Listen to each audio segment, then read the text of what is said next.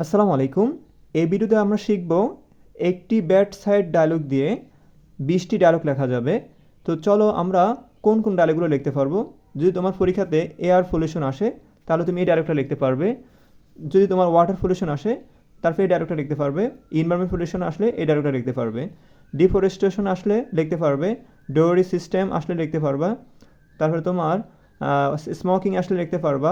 তারপর তোমার coffee in the exam আসলে লিখতে পারবা। রোড অ্যাক্সিডেন্ট আসলে লিখতে পারবা। ইরিটারেসি আসলে লিখতে পারবা। ঠিক আছে, এইখানে আমি অল্প একটা নাম দিয়েছি। আরও ব্যাড সাইড যে লেখাগুলো আছে, নামগুলো আছে, ওগুলো যদি আসে ডায়লগ হিসাবে তাহলে তোমরা এই নিচের এই ডায়লগটা লিখলে হ্যাঁ তোমরা পুরো ফুল মার্ক পাবা ইনশাল্লাহ। তো তোমাদের তো এটা 15 মার্ক, তোমরা 15-এর ভিতরে 15 না পাও কিন্তু 12-13 অনায়াসে পাবা। আর যারা ভোকেশনাল পড়ো তাদের তো 10 মার্ক, তারা 10-এর ভিতরে 9 অনায়াসে পাবা ইনশাল্লাহ। তো চলো আমরা দেখিয়ে দিই প্রথমে আমাদের কি করতে হবে। দেখো, প্রথমে তোমরা লিখবা মাই সেলফ। যদি তোমাদের প্রশ্নে নাম লেখা থাকে তাহলে তোমরা ওই নাম ইউজ করবা।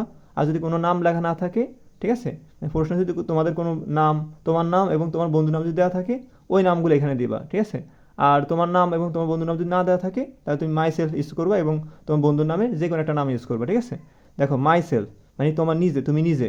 ঠিক আছে, আমরা এই ডায়লগটা আমরা অর্থসহ তোমাদেরকে পড়িয়ে দেবো যাতে তোমার পড়তে অসুবিধা না হয়। ঠিক আছে, দেখো মাই সেলফ মানে হলো আমি নিজ। হ্যালো কামাল, ওহে কামাল, হাউ আর ইউ, তুমি কেমন আছো।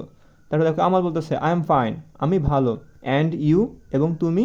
তারপর myself I am also fine, আমি ভালো আছি।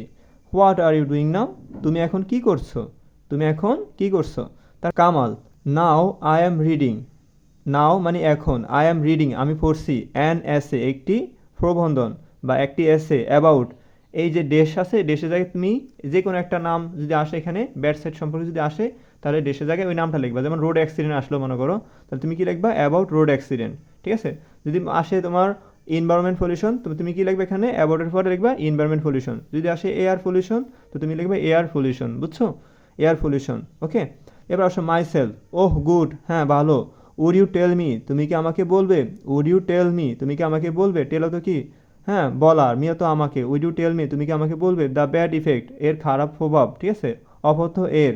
তারপর দেখো এখানে টপিক নেম মানে টপিক নেম যে সম্পর্কে আসছে সেটা, যেমন রোড অ্যাক্সিডেন্ট, রোড অ্যাক্সিডেন্ট এর খারাপ সম্পর্কে প্লিজ দয়া করে, মানে তুমি কি আমাকে রোড অ্যাক্সিডেন্টের যে খারাপ সম্পর্ক এটা কি সম্পর্কে বলবে আমাকে দয়া করে। ঠিক আছে, দেখো কামাল অফকোর্স অবশ্যই, হোয়াই নট কেন না, আই নো আমি জানি, দ্য ব্যাড ইফেক্ট হ্যাঁ মানে খারাপ প্রভাব, অফ। তারপর এখানে দেশের জায়গায় কী দিবা, নাম দিবা। রোড অ্যাক্সিডেন্ট মানে রোড অ্যাক্সিডেন্টের খারাপ সম্পর্কে আমি জানি। ঠিক আছে, বা রোড অ্যাক্সিডেন্টের প্রভাব সম্পর্কে আমি জানি। মাইসেলফ, মাইসেলফে কী লিখবা এ ওকে প্লিজ। ঠিক আছে, ওকে মানে হলো ওকে, প্লিজ মানে কি দয়া করেন। আরেকবার বলি, এই মাইসেলফের জায়গায় যদি তোমার প্রশ্ন যদি তোমার নাম লেখা থাকে তখন তুমি এখানে মাই সেলফের জায়গায় তোমার নাম লিখবা। ঠিক আছে, হ্যাঁ, আর যদি প্রশ্ন যদি কিছু না লেখা থাকে তাহলে তুমি শুধু মাই সেলফ লিখবা। ঠিক আছে, ওকে প্লিজ, হ্যাঁ ঠিক আছে, প্লিজ মানে হলো কি দয়া করে। গিভ মি আমাকে দাও, গিভ মি আমাকে দাও, গিভ তো দেওয়া, মিয়া তো আমাকে, গিভ মি আমাকে দাও, সাম অর্থ কিছু, ইনফরমেশন মানে কি তথ্য, ইনফরমেশন মানে তথ্য, অ্যাবাউট ইট এটি সম্পর্কে, মানে হলো আমাকে এটি সম্পর্কে কিছু তথ্য দাও। ঠিক আছে, এটা বলছে। তো চলো দেখো তারপর কি বলছে কামাল, টপিক নেম, এই টপিক নেম মানে হলো যে টপিকটা আসছে, রোড যেমন রোড অ্যাক্সিডেন্ট, তারপরে তোমার কফি ইন দ্য এক্সাম, হ্যাঁ তারপরে তোমার যদি এনভায়রনমেন্ট পলিউশন বা স্মোকিং যদি আসে তাহলে তুমি ওই টপিক নেম এটা দিবা। ঠিক আছে, আমি দেখো টপিক নেম যেগুলো সেগুলো কিন্তু একটু ঘাড়ো করে লিখে দিয়েছি যাতে তোমার বুঝতে সুবিধা হয়। তো এখানে মনে করো টপিক নেমে এখানে আছে মনে করো এয়ার পলিউশন, হ্যাঁ তো এয়ার পলিউশন টপিক নেমে যা কি লিখবো এয়ার পলিউশন অথবা environment pollution.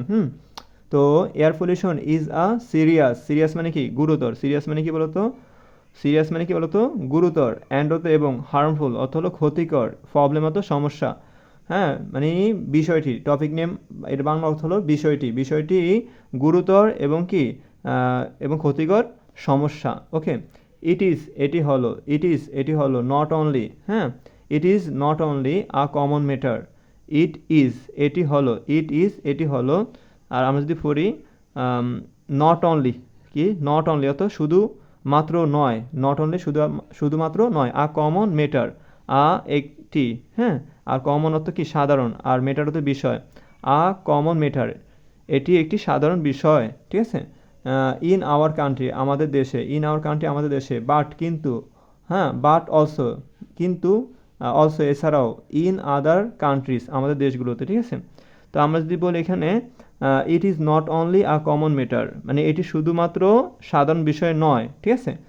In our country, in our country আমাদের দেশে, but also in other countries মানে হলো বরং অন্য দেশেও। টপিক নেম মানে ওই টপিক নেম মানে হলো যেটা আসছে, যে প্যারাগ্রাফটা আসবে, যে ডায়লগটা আসবে সেটা যদি খারাপ সাইড হয়ে থাকে, এই টপিক নেমটা এখানে দিবা, ঠিক আছে।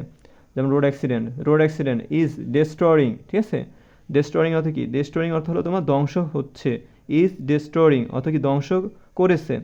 আওয়ার অর্থ আমাদের, নর্মাল অর্থ কি স্বাভাবিক, আর লাইফ অর্থ জীবন, আওয়ার নর্মাল লাইফ আমাদের স্বাভাবিক জীবন।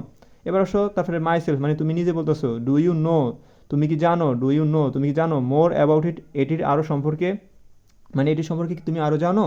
তারপরে দেখো কামাল বলতেছে কি, ডে বাই ডে দিন দিন, দ্য প্রবলেম সমস্যা, ইজ ইনক্রিজিং বৃদ্ধি পাচ্ছে, ভেরি র্যাপিডলি বেরো তো খুব, আর র্যাপিডলি তো কি দ্রুত, মানে হলো দিন দিন এই সমস্যাটি কি বৃদ্ধি পাচ্ছে, এটা বলছে এখানে দিন দিন আমাদের এই সমস্যাটি কি বলতো বৃদ্ধি পাচ্ছে।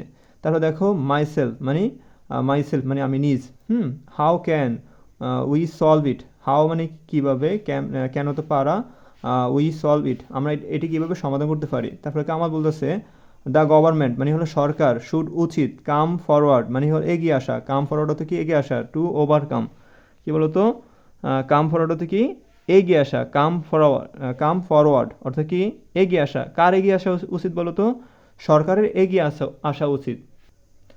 টু ওভারকাম অর্থ হলো কি মোকাবেলা করার জন্য টু ওভারকাম মোকাবেলা করার জন্য, দিস প্রবলেম এই সমস্যা, ঠিক আছে। দ্য গভর্নমেন্ট শুড সরকারের উচিত, কাম ফরওয়ার্ড মানে হলো এগিয়ে আসা, টু ওভারকাম অর্থ কি বলতো মোকাবেলা করতে, দিস প্রবলেম এই সমস্যা।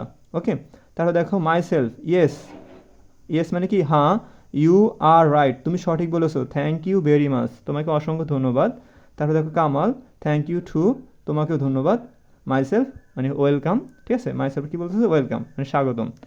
আশা করি তোমরা প্রিয় শিক্ষার্থীরা এই ডায়লগটার সম্পর্কে তোমরা বুঝতে পেরেছো। তার পরবর্তী ভিডিওতে আমি এই গুড সাইড নিয়ে আলোচনা করব। গুড সাইড খুবই ছোট, তো ব্যাড সাইড বড় দেখে আমি একটু ব্যাড সাইডটা ভিডিও আগে দিচ্ছি যাতে তোমরা এটা মুখস্থ করতে পারো তাড়াতাড়ি, ঠিক আছে। আর ব্যাড সাইড একটু বেশি আসে, সেই জন্য তোমাদেরকে ব্যাড সাইডটা প্রোভাইড করলাম।